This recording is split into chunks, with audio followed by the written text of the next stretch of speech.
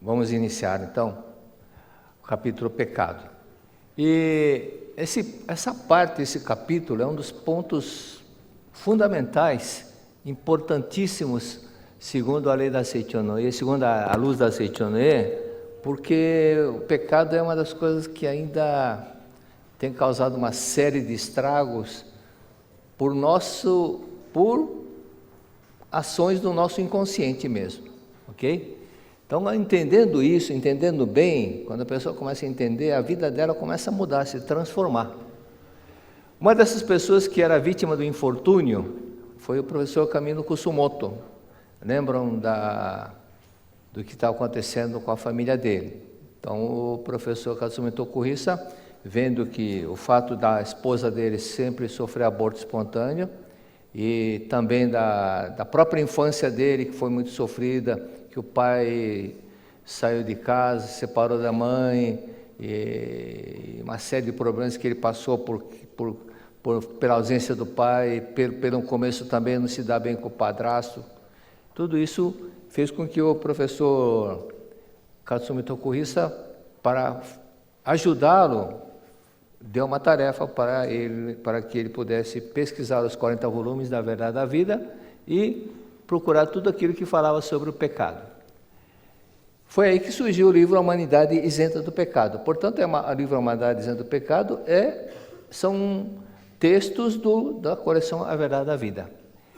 E aqui diz, no prefácio da Humanidade Isenta do Pecado, assim o professor Kamino Kusumoto escreveu. Muito interessante, está muito bem compactado, de uma forma muito clara.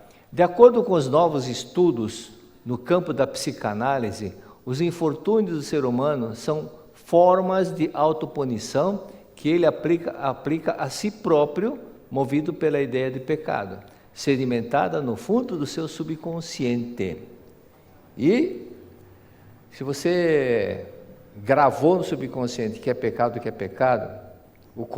quando o consciente pensa uma coisa, o subconsciente vai te trazer uma informação, vai trazer um impulso, vai trazer à tona alguma coisa que é contrária. Por exemplo, conforme eu disse agora há pouco, a pessoa consciente quer prosperar, mas inconsciente reage como não quero, não pode, não devo. Então, da mesma forma, esse livro eu ganhei do dirigente lá de Pernambuco, um dos primeiros livros do Freud, de psicopatologia, e ele começa a analisar por que certos nomes ele esquecia. E começou a pensar, por que alguns nomes ele não esquece, alguns nomes ele esquece. E foi atrás, procurando desvendar a causa. Aí chegou à conclusão. Todos os nomes que ele esquecia eram nomes que aquele nome ou aquela palavra tinha um som ou uma grafia semelhante a algum fato que lhe trazia sofrimento, alguma tristeza. Então inconscientemente ele não queria lembrar. Por isso que não vinha à mente aqueles nomes. E todos aqueles que vinham rapidamente o nome não tinha problema nenhum. Então isso mostra o seguinte: quando você não está em harmonia, não está feliz com alguma pessoa, o seu inconsciente também esse sentimento de aversão faz com que você não queira estar próximo da pessoa, não queira se aproximar da pessoa. E aí o subconsciente vai reagindo dessa forma. Então o consciente pode querer uma coisa, mas o subconsciente fala não, né? É isso que acaba acontecendo. Por isso que aqui diz, então, se a ideia do pecado latente no subconsciente for eliminada, é natural que deixe de ocorrer infortúnios resultantes do desejo subconsciente de autopunição, quando for eliminado. Lembrando aquele caso da Wanderleia, que abortava, né? Aborto espontâneo. Então ela veio lá de Santa Catarina aqui para São Paulo para fazer um tratamento, e o médico de São Paulo falou o quê? Você não pode ser mãe. Você não pode ser mãe. Pelos problemas que estão acontecendo no seu corpo, você não pode ser mãe. Aí eu falei, você pode sim. Até parece que eu sou médico, mas não falei como médico, né? Eu falei acreditando na vida de Deus. Eu falei, você vai comprar 2 livros, A Humanidade Isenta do Pecado. Por que eu falei para comprar os 2 livros? Porque era o caso do professor Kamino Kusumoto. A esposa também engravidava e perdia, engravidava e perdia. Então você vai ler 10 vezes um livro e seu marido também 10 vezes. Foi quando aí realmente ela engravidou e nasceu a Camille. E outros exemplos também de infortúnios que desaparecem, né? O caso da Maria José Vince, de Pijamas, e outros casos da Sandra Machado, que tinha lido 80 vezes, a vida dela começou a mudar em todos os sentidos, até a filha mudou. Por isso que todo esse tipo de infortúnio começa a desaparecer. Alguns psicanalistas dizem que até mesmo a eclosão de uma guerra tem como origem o desejo latente do ser humano de autopunir-se para expiar o pecado. Karl Menninger, ele nasceu em Houston, Estados Unidos. E lá nos Estados Unidos ocorreu a Guerra Civil. E olha até onde vai a profundidade do livro dele.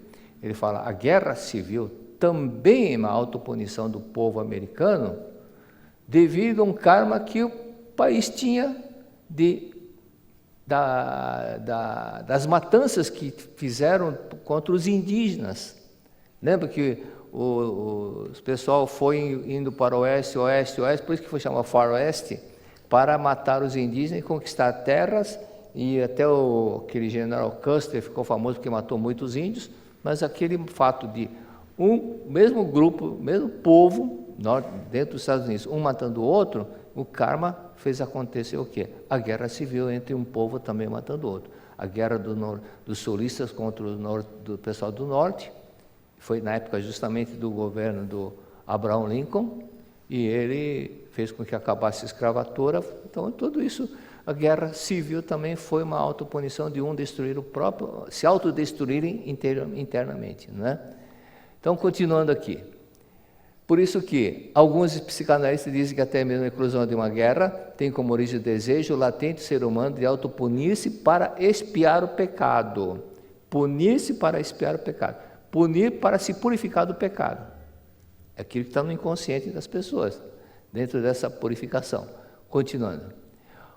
Um desses psicanalistas foi Carl Augustus Menninger.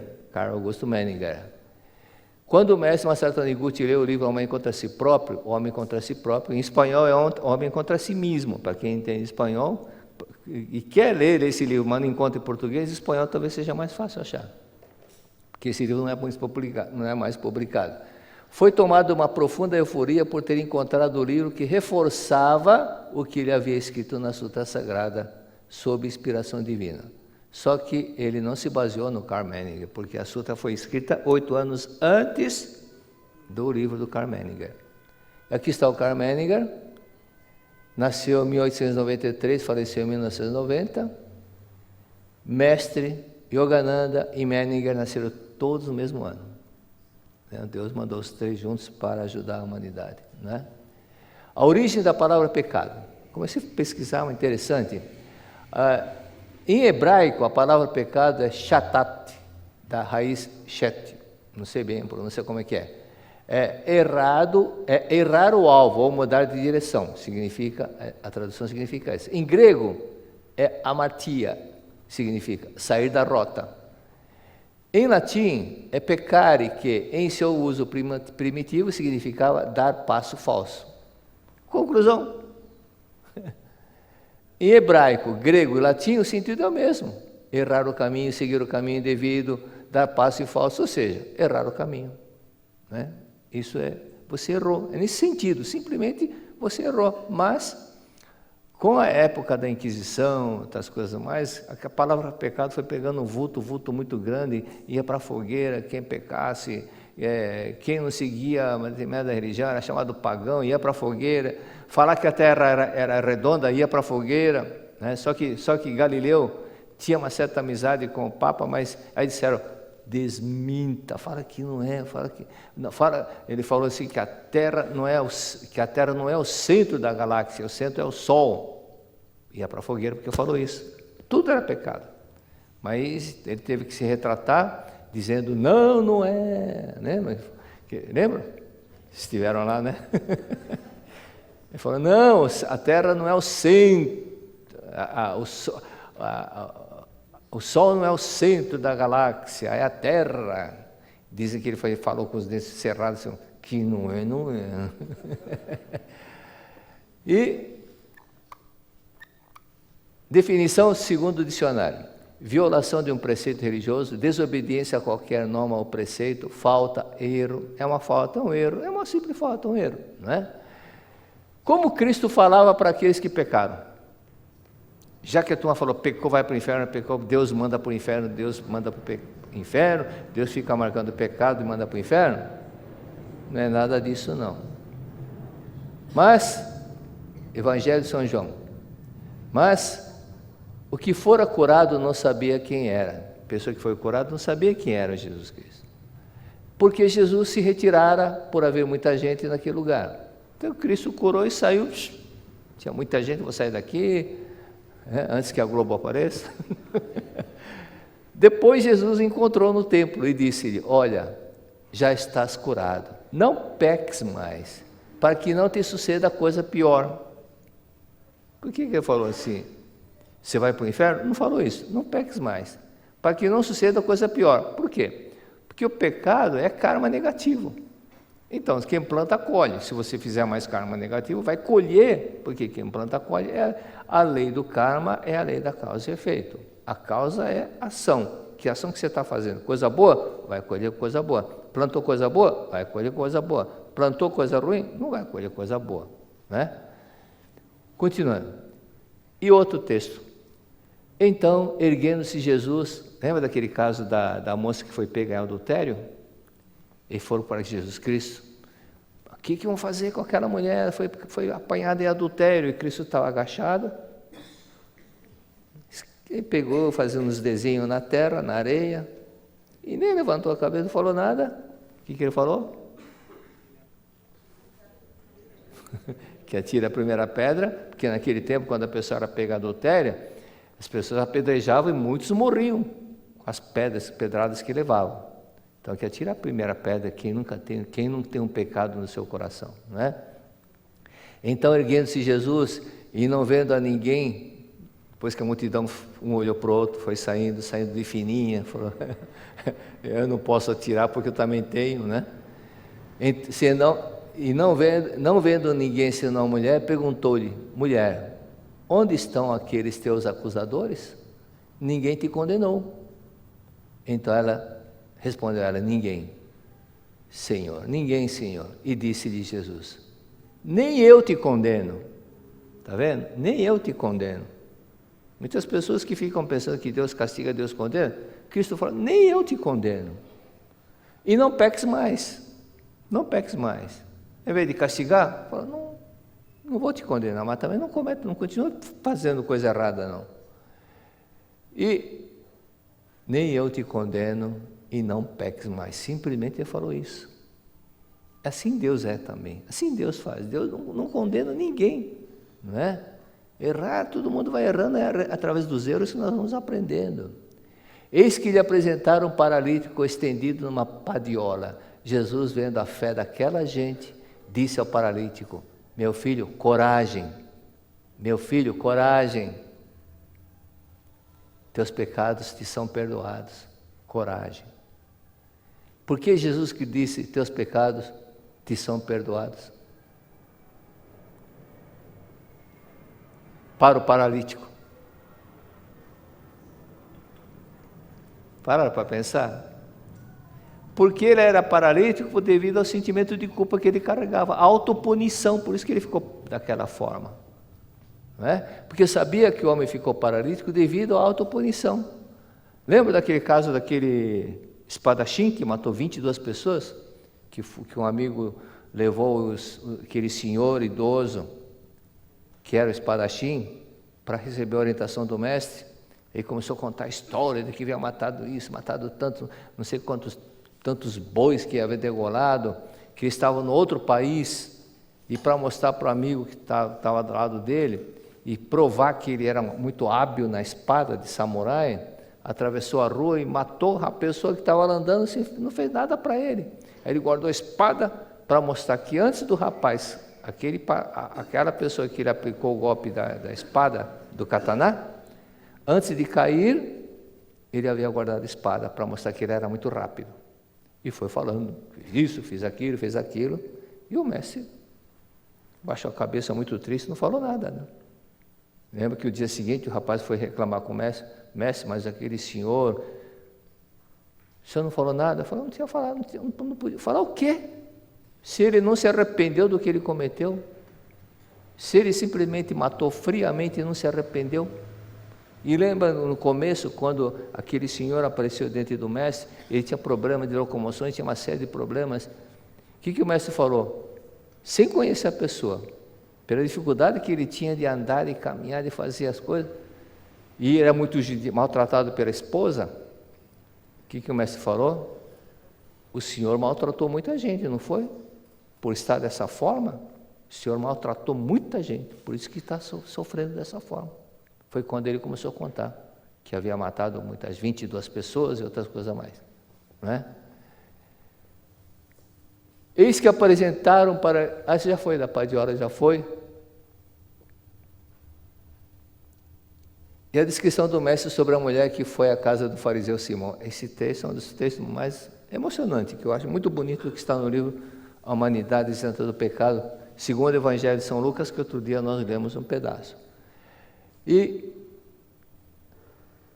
a mulher chegou sabendo que o fariseu Simão havia convidado Jesus Cristo para umas festinhas, eram comes e bebes, e ela sabendo que Cristo estava lá, ela era uma mulher assim, pecadora, né? Mulher da vida, prostituta, e foi lá com aquilo que era mais precioso, mais caro dentro da economia que ela havia feito, que era um vidro de alabastro de perfume, foi lá e se ajoelhou aos pés de Cristo, chorando, arrependida pela vida tão irregular que teve, e chorava, e aos pés de Cristo, as lágrimas caíam no pé de Cristo, ela enxugava com os cabelos compridos e beijava os pés. E aí ela chorou e mentalmente o fariseu Simão disse, mentalmente, ele criticou mentalmente Cristo, como lia o pensamento. O que ele pensou? Mulher pecadora, pensamento de Simão, fariseu. Que fazes? Não vês que Deus não recebe oferenda de uma pecadora como tu? Jesus, por sua vez, se é realmente o enviado de Deus, deveria saber, através de sua sensibilidade espiritual, que espécie de mulher é essa que lhe tocou os pés. Como pode mostrar tanta benevolência para uma pecadora? E Cristo disse o quê? Cristo, depois que leu o pensamento, deu uma resposta e não deixou barato, né? Simão, quero fazer-lhe uma pergunta. Um credor que tenha 2 devedores, dos quais um lhe deve 50 moedas e o outro 500. Então, a mesma pessoa emprestou 50 para um e 500 para o outro. E ele perdoou os 2. É a pergunta de Cristo. Caso ele perdoe ambos a dívida, qual deles iria agradecer-lhe mais? Aquele que ele perdoou 50 ou aquele que perdoou 500? Então, Simão disse, com certeza, aquele que tem maior dívida agradecerá mais pela misericórdia do credor. Isso mesmo, disse Jesus. Quem tem maior dívida amará mais o credor, agradecendo-lhe pela dívida perdoada. Mas aquele que pensa que tem uma dívida pequena, não se sente muito agradecido pelo perdão e não ama o credor. Então essa dívida, por isso que na palavra, no Pai Nosso estava lá, perdoar as nossas dívidas, no sentido de perdoar nossos pecados. Nesse sentido de que nós estamos devendo atos bons porque nós fizemos atos ruins. Então nesse sentimento de pecado é que nós vamos entender quem tem mais gratidão é aquele que foi perdoado pela dívida maior. E não aquele que só perdoou, não aquele que foi perdoado pelos 50. Então, na verdade, Cristo estava falando, você, Simão, você acha que é o tal só porque você acha que tem poucos pecados? E desmerecendo a mulher porque ela cometeu mais pecados? Mas, na realidade, o arrependimento dela fez com que a purificação dela foi melhor do que aquele que acha, eu tenho pouca coisa, não tem importância, eu tenho pouca coisa, não tem importância, mas não se arrependeu. Mas ela se arrependeu. A diferença está aí. Quando cheguei em tua casa, aqui Jesus Cristo disse para Simão, quando cheguei em tua casa, tu não me deste água para lavar os pés, mas esta mulher banhou meus pés com suas lágrimas, enxugou-os com seus próprios cabelos. Tu não me deste ósculo, beijo, né? Em meus pés, mas esta mulher beijou-me os pés. Tu não me ungiste a cabeça com bálsamo, mas esta mulher, ungindo meus pés, pediu-me que fosse perdoada. Assim, aquele que mais se arrepende dos seus pecados sentirá maior gratidão e amor mais profundo de Deus. É o caso dessa mulher. Por isso que o sentimento dela foi muito maior, porque houve um perfeito arrependimento, né? E dizendo isto, voltou-se para a mulher e disse-lhe solenemente, são-te perdoados os teus pecados, né? Pode ir, né? E a humanidade do pecado, na página 22, diz o seguinte, cita o caso de Karl Menninger, o papa da psiquiatria moderna, que escreveu O Homem contra Si Próprio, onde relata, as doenças crônicas são curadas quando se corrige esse instinto de autodestruição. Sentimento de autodestruição que a pessoa tem é que gera essas doenças crônicas. E afirma, a má sorte não é algo que vem de fora, é a própria pessoa quem prepara as coisas inconscientemente, de tal forma que os outros a coloquem em má situação. E dessa forma saboreia uma espécie de prazer masoquista em suportar o sofrimento da situação adversa em que se colocou. É a própria pessoa que prepara as coisas inconscientemente e parece que os outros estão fazendo isso. Aí vamos lembrar daquele fato das duas mulheres que foram pedir orientação para um professor, e uma empurrou a outra, fala, mostra para o professor o que a sua sogra fez com você, lembra? Ela baixou o colarinho e mostrou o pescoço queimado. E o professor perguntou, o que aconteceu? Minha sogra me queimou com ferro quente. E seu marido não fez nada? Ele me segurou. Não é? Lembra? E aí, esse professor, sem saber o que falar, ficou em posição de oração para orar a Deus, o que eu vou falar? E viu a cena do rio e uma mulher empurrando a outra na água para que morresse afogada. Quando contou isso, a mulher imediatamente sentiu, entendeu, veio do inconsciente dela, que ela havia matado uma mulher e essa mulher agora era sua sogra. Então ela veio, casou com um homem que também tinha algum caso, situação do que aconteceu, e a mãe dele era a sogra dela e ela sofrendo com a sogra. Aí, hoje em dia é difícil entender por que sofreu com a sogra, por que não vai embora. Só que naquela época, no Japão é o seguinte, casou, a mulher deixa de pertencer à família dos pais, para pertencer à família do marido. Aquele caso que está no livro, Você Pode Curar-se a Si Mesmo, lembra? É uma história muito bonita, qualquer dia eu vou contar, da menina que gatinhava e soltava grunhido e tinha um comportamento diferente. A menina, e o mestre, naquele tempo, não tinha ainda recebido a inspiração para escrever a Sutra Sagrada. E aí, o que aconteceu? O mestre chamou o professor Baikenmai, que tinha uma clara evidência, e que foi professor do mestre também. Ele viu que tinha uma mulher ao lado da criança, e conversou com a mulher. E essa mulher, ela tinha se suicidado porque não se dava bem com a sogra. Só que o pai já tinha declarado claramente, agora você pertence à família do seu marido, não tem volta agora. Como não tinha onde ir, ela se matou, suicidou. Só que era de uma época de uma dinastia, estava lá sofrendo há mais de 150 anos, 200 anos lá no mundo espiritual.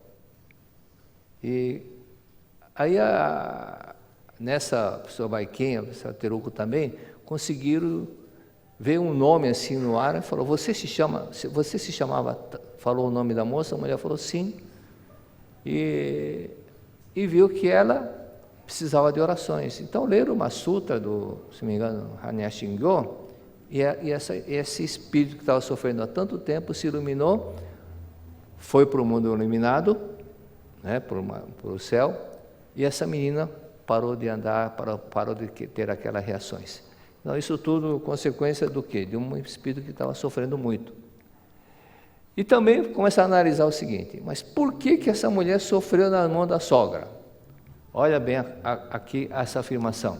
É a própria pessoa quem prepara as coisas inconscientemente. Como prepara a coisa inconscientemente? Ela aceitou vir reencarnar naquele local para conhecer o marido que já tem um karma com ele, e conhecer a sogra que foi aquela vítima daquela mulher que ela matou afogada. Então ela preparou a coisa inconscientemente para sofrer nas mãos dela.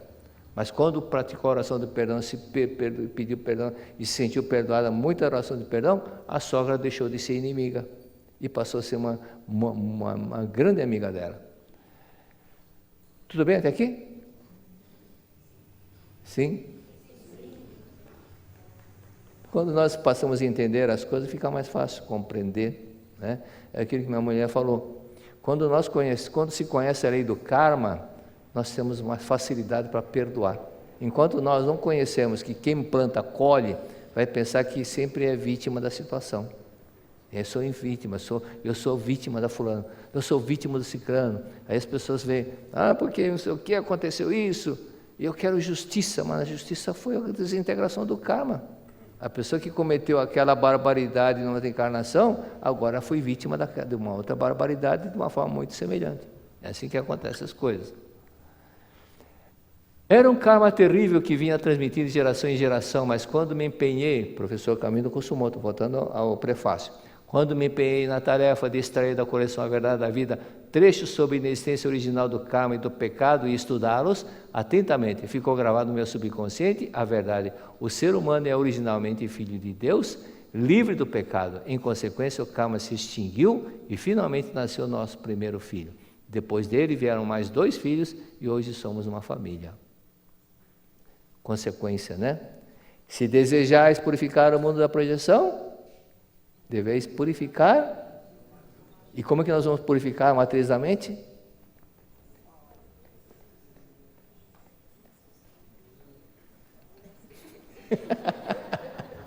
Vocês pensaram não falar a verdade. Conhecereis a verdade vos libertará. Por isso que quando a pessoa está amarrado com a ideia do pecado, e aí nós vamos entender a palavra amarras, desaparecerão todos os embaraços, que ela está no meio dos embaraços, igual um gato no meio de novelo de lã lá, ficou tudo enrolado lá, está embaraçado lá, está amarrado, preso nas cordas das ilusões. É Cristo que disse, verdade, vou libertará. Embora a origem etimológica, voltando para cá, aqui, embora a origem etimológica das palavras sejam diferentes, podem ter o mesmo sentido como na mesma frase. Recomendo que a todos a leitura desse livro, na qualidade de testemunha do poder do ensinamento contido na obra A Verdade da Vida, pois graças a ele libertei-me das amarras do karma, olha a palavra amarra, que foi transmitido através das gerações e pude reaver o paraíso na minha vida. Os seres vivos, todos desse mundo verão a luz, desaparecerão todos os embaraços, olha aqui, amarra, está no final da sutra, lembra? E esse mundo, assim como é, será o reino da luz. Final do capítulo Espírito. Nesses 2 trechos, as palavras amarras e embaraço exprime que, como a ideia do pecado nos prende, impedindo a manifestação da nossa imagem verdadeira. Página 134. Não vai dar tempo. Só quero ler aqui um trecho, explicar um trecho que sai da revista Mundo Ideal desse mês, um artigo que escrevi sobre somatização. Somatização é a transferência de um problema de ordem psicológica para o corpo. Somatização é a transferência de um problema que está na nossa mente e que se transfere para o corpo. Por isso que diz aquele provérbio, mente são, corpo são. A psicanálise tem provado que as doenças são projeções da mente que guarda conflitos íntimos e quando esses são eliminados, ocorre a cura. Quando esses conflitos são eliminados, ocorre a cura. Esses conflitos que a pessoa guarda, tudo quanto é tipo de forma de conflito, autopunição ou até outras coisas mais, ocorre aquela cura. E as pessoas que dizem já esqueci e pensam que esses fatos tenham se apagado do inconsciente, precisam saber que esquecer não significa ter perdoado. E cito alguns, aqui não tá aqui no artigo, mas tem alguns casos aquela moça que outro dia eu contei que usava 13 lenços de papel do trabalho, da casa dela até o trabalho, usava 13 lenços de papel e para enxugar a lágrima que sai do olho, só do olho direito. E ela já tinha feito a cirurgia. Isso aconteceu com uma moça quando eu fui em Tatuapé. Eu falei, fiz a palestra e na pergunta e resposta eu disse: você tem alguma mágoa, ressentimento da sua mãe quando você tinha seus 6, 7 anos de idade e você ainda não perdoou sua mãe por aquele fato que aconteceu? E era o caso de que a mãe mandou os filhos, as crianças ir para a carroceria quando ela queria ir na cabine junto com o tio, que era dono do caminhão. Mas quando ela perdoou a mãe, lembrou do fato e realmente tinha acontecido isso, aquelas lágrimas que corriam tanto do olho direito pararam, não aconteceram mais. E outros casos também, como o caso que está no livro Iluminando Seu Caminho, da Jaci, que tinha uma doença no couro cabeludo, 32 anos sofrendo com aquela doença, aquele mau cheiro que sai do couro cabeludo, e quando na subsede eu falei: o que aconteceu com você quando você tinha 11 anos de idade, entre você e o seu pai? E na hora, coisa que ela tinha escrito, na hora o subconsciente reagiu e falou: a surra que eu levei dele quando tinha 11 anos de idade. E lembrou também das brigas que tinha com o irmão dele, que é o tio dela, da Preto Jaci. E quando ela perdoou, lembrou e perdoou, por isso que trazer à tona e perdoar, aí sim ocorre a purificação. Então esse detalhe de quando participar de uma purificação da mente, não é só escrever por escrever, tem que ter um sentimento de procurar lembrar coisas que você não lembrava, por esse fato que é bom às vezes pensar quando tinha 1 ano, quando tinha 2 anos, que aconteceu. E nessas lembranças, nesses fatos que de repente vem aquela mágoa, aquela raiva, né? Como aquele caso do rapaz que não usava sapato pé esquerdo porque há 8 anos a ferida não cicatrizava, 8 meses a ferida não cicatrizava. E quando eu falei que ele tinha mágoa do pai, o que ele falou? Mas meu pai morreu quando eu tinha 2 anos. Então eu disse: mas você quantas vezes não reclamou, não lamentou que seu pai não estava com você na época do Natal? Você via seus amigos com o pai e você não tinha pai. Então ele começou a chorar e recordou que chegou a xingar o pai de egoísta porque que ele se foi e deixou sozinho com a mãe. Então são casos que, muitas situações, quem sofre de enxaqueca procure lembrar, né? Algumas coisinhas que ficaram com mágoa do papai e da mamãe, principalmente de sentir que estava jogado para escanteio e que papai dava mais atenção para o irmão, para a irmã, alguma coisa nesse sentido, e você sentiu assim: meu pai não me ama, meu pai ou minha mãe não me ama, alguma coisa nesse sentido. E lembrando desse fato, perdoe, a enxaqueca desaparece na hora. Acabou o tempo, obrigado.